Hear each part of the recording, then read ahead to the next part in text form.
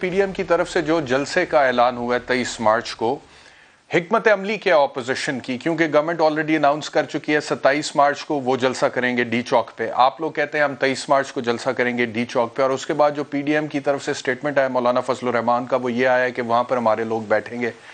تو کیا آپ لوگ 23 مارچ کو جلسہ کرنے کے بعد وہاں سے منتشر ہو جائیں گے تاکہ 27 مارچ کو حکومت اپنا جلسہ کر لے، جس کے بعد میں تحریک عدم اعتماد پر ووٹنگ ہو جائے، یا پھر 23 مارچ کے جلسے کے بعد پی ڈی ایم وہاں پر دھرنا دے گی اور وہاں پر موجود رہے گی؟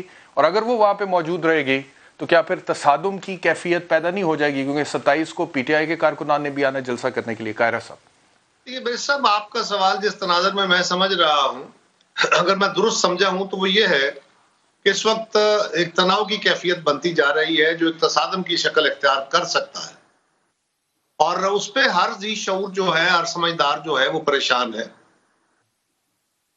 فیصلہ یہ کرنا ہے کہ یہ کیوں ہو رہا ہے، اس کا موجب کیا ہے، کون کر رہا ہے. جب سے عدم اعتماد کی تحریک شروع ہوئی ہے، وزیر اعظم صاحب کا لہجہ، ان کی زبان، ان کا انداز، ان کے وزراء کے بیانات، کبھی اسمبلی میں داخل نہیں ہونے دیں گے، کبھی اسپیکر صاحب ان کو ووٹ نہیں کاسٹ کرنے دیں گے، کبھی ہم 10 لاکھ لوگ اکٹھا کر دیں گے، ان میں سے گزر کے جائیں گے، واپس آئیں گے، کیسے جائیں گے. آج بھی فواد چوہدری صاحب نے بڑھ کے ماری، کل بھی ان کے سیکرٹری جنرل صاحب نے یہی کہا.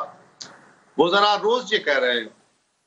اور اس کے بعد وزیر اعظم نے کہا کہ میں ووٹنگ سے ایک دن پہلے یہاں 10 لاکھ تو خیر کیا، یہ پتہ نہیں ملین کو کیا سمجھتے ہیں، لیکن یہ ایک بڑا اکٹھ کریں گے، اور اس اکٹھ میں سے لوگ بیٹھیں گے. شاہ محمود صاحب نے آج فرمایا کہ جی لوگ یہاں بیٹھیں گے، اپنے ممبران کا دفاع کریں گے. آپ نے تو جانے ہی نہیں کیا، دفاع کس کا کرنا ہے؟ جانا تو اپوزیشن نے ہے وہاں پہ، آپ کے اتحادیوں نے جانا ہے وہاں پہ.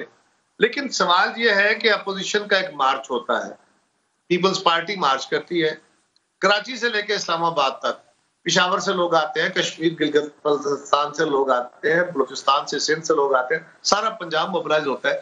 ایک پتہ نہیں ٹوٹتا، کسی کے خلاف بدتمیزی نہیں ہوتی، کوئی سیاسی نعرے، سیاسی مخالفت، سیاسی ایشوز پہ باتیں ہوتی ہیں، اور ایک پرامن جلسے کے بعد ہم ڈسپرس ہو جاتے ہیں، عدم اعتماد موو ہو جاتی ہے. اس کے بعد ابھی تک جتنے اشتعال انگیز کام ہوئے ہیں، تقاریر ہوئی ہے، گفتگو ہوئی ہے، وہ انیشیٹ حکومت کی طرف سے ہوئی ہے. اگر اس پہ کوئی سپونٹینیس ری ایکشن آیا بھی ہے تو وہ نیسیسٹی کی حد تک ہے، وہ اس سے آگے نہیں ہے، اس کو روک دیا گیا. دوسری گزارش یہ ہے، قاہرہ صاحب، میرا سوال جو ہے نا، اگر آپ اجازت دیں، میں صرف یہ جانا. جی فرمائیں. دیکھیں، گزارش یہ ہے کہ 23 مارچ کو پی ڈی ایم نے اپنا جلسہ کوئی 4 مہینے پہلے اناؤنس کیا. اب تو اناؤنس نہیں کیا، 4 مہینے پہلے اناؤنس کیا تھا. توقع یہ تھی کہ جب عدم اعتماد کی تحریک آ گئی اور وہ تحریک پیش ہو گئی اسمبلی میں، تو اب اسمبلی کا اجلاس 23 سے پہلے ہو جانا چاہیے تھا. اگر یہ ہو جاتا تو 23 کے جلسے کی ضرورت ہی نہ ہوتی. پازیٹیولی اور نیگیٹیولی جیسے بھی یہ ڈیسائیڈ ہو جاتی، اس کے بعد اس جلسے کی ضرورت پہ حکومت نے انٹینشنلی، جان بوجھ کے وائلیشن کرتے ہوئے اس کو کھینچا ہے 28 تاریخ تک. اب اس میں 23 کی ڈیٹ آ گئی اور حکومت کی دھمکیاں بھی آ گئی. کسی کو بندوق کی نوک پہ رکھا، کسی کو ڈرون سے مارنے کی دھمکیاں ہیں، کسی کے ساتھ کچھ کرنا ہے.